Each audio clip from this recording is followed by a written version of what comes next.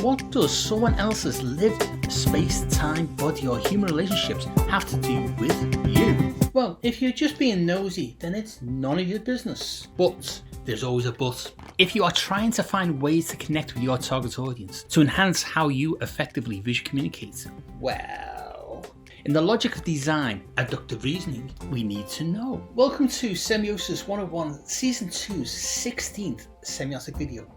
If you have watched Semiosis 101 videos before, then you will already know I am Dave Wood. Season 2's semiotic theme is a semiotic Rosetta Stone, which is a metaphor to the unlocking and designer-centric translation of Charles Sanders Peirce's semiotic theory of semiosis. Sign action. Why do you need Semiosis 101? Peirce's writing and terminology is very obtuse. Following on from last week's video, which introduced abductive reasoning, the logic of design, this week I will be focusing in on how to visually hack your audience's lived experiences to enhance your visual communication skills. The logic of design uses hypotheses to draw conclusions about their socio-cultural lived experiences. This provides insights to then semiotically encode visual language to appeal to that audience. Hit subscribe and I will explain. In recent videos, we have already explored the basics of hypothesis and abductive reasoning. We have seen the real potential of a hypothesis during the ideation phase, as it logically focuses only on what is the best answer for now. Floyd Merrill, in his book Science Grow, Semiosis and Life Processes, states, abductive acts reveal mind at its best, not that of reason, logic, intellect, control, but that of sentiment, intuition, gut feeling, which are all in classical jargon closer to the heart than to the mind. Yes, those awkward, unrigorous, non-scientific, woolly, qualitative things that are neither logical, quantifiable, scientific proofs, inductive reasoning, nor verifiable truths, deductive reasoning. This is partly why Nigel Cross calls abductive reasoning the logic of design, as design and illustration use the qualitative to engage the mind. This places this discussion firmly in the phenomenological realm of the audience's lived qualitative experiences, where gut instinct is an important factor in audience visual reception to designs and illustrations. Peirce's semiosis is firmly rooted in this phenomenological realm. We have already explored his three phenomenological states of firstness, secondness and thirdness across many Semiosis 101 episodes so far. Check out the archive. The semiotic sign action begins in a state of firstness, only if it is perceived by the audience. In this video's opening and in recent videos, I alluded to 4 existential states we exist in. These states are lived space, time, body and human relationships. They come from Max van Manen's other excellent book, Researching Lived Experience. This phenomenological realm of understanding affords meaning to emerge from what has already been experienced. So in this week's video, we will now explore how these 4 existential states of being can offer valuable insights into a target audience's socio-cultural experiences. These insights can then be semiotically hacked by designers and illustrators during ideation by crafting the iconic representation level to resemble and align with familiar visual qualities the audience can connect with. Where can these audience insights come from? How much of a research budget and time will we need to invest to gain these audience insights? Do not panic. Hypothesis is free, much like this advice. I have previously used a cinema-going audience example on how to apply abductive reasoning to gain insights to begin your ideation phase. This is to see how, at a semiotic iconic representation level of idea generation, familiar qualities can be semiotically hacked to hook and retain audience attention. Let us repeat that thought exercise again with a different example, and by using the 4 existential lenses of lived space, lived time, lived body and lived human relationships. Remember, we're not interested in secondary or tertiary audiences, just the primary audience. We will now take a target audience from actual design briefs from D&AD's 2020's New Blood Awards. In each brief, D&AD's design agency partners specify their chosen brand's primary target audience under the briefing heading, Who Are We Talking To? If your client has not specified this, then ask. If they have, then you will have more detail in the brief. From this target audience pen portrait, we will see how semiosis and abductive reasoning can help a creator to develop a working audience hypothesis.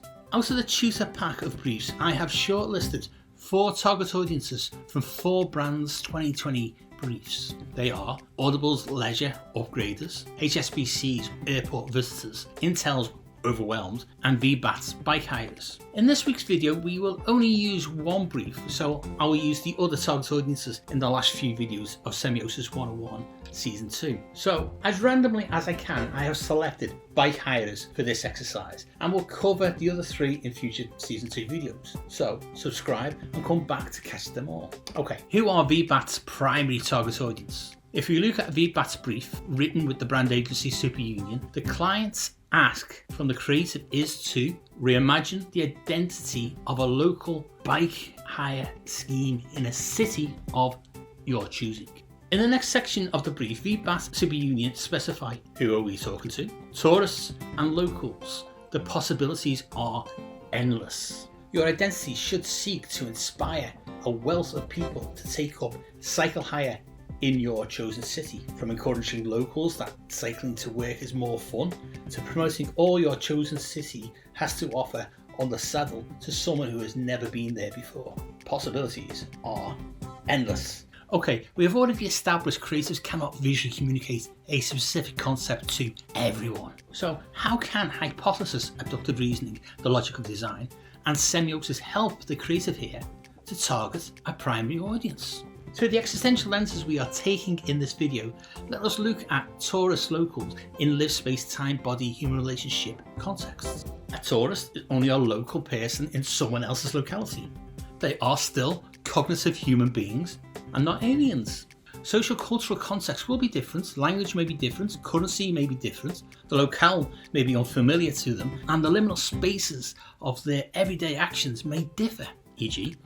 traffic direction to their existing experience, but there are constants in bike hire. The audience, whether local or a tourist, do not have a bike to use, and that bike will hopefully have 2 wheels, pedals, brakes, etc. Our target audience at the moment is unknown to us, but let us begin a working hypothesis of who they are through our existential lived experience lenses. This way we can see familiar qualities emerge that can become semiotic hooks to enhance the visual communication. Let us commit to a primary target audience. Let us focus on local bike hire. I'll keep this a general example of the principle rather than select a particular city, country. After all, the idea here is to explain semiosis and abductive reasoning and not actually complete the brief. Remember, as a working hypothesis, we want to kickstart the ideation phase quickly from gained insights. This means revealing qualities that can be visualized through semiotic iconic representations, crafting things that are familiar and that resemble things already experienced. So what insights can we gain from considering local residents' lived experiences as a working hypothesis?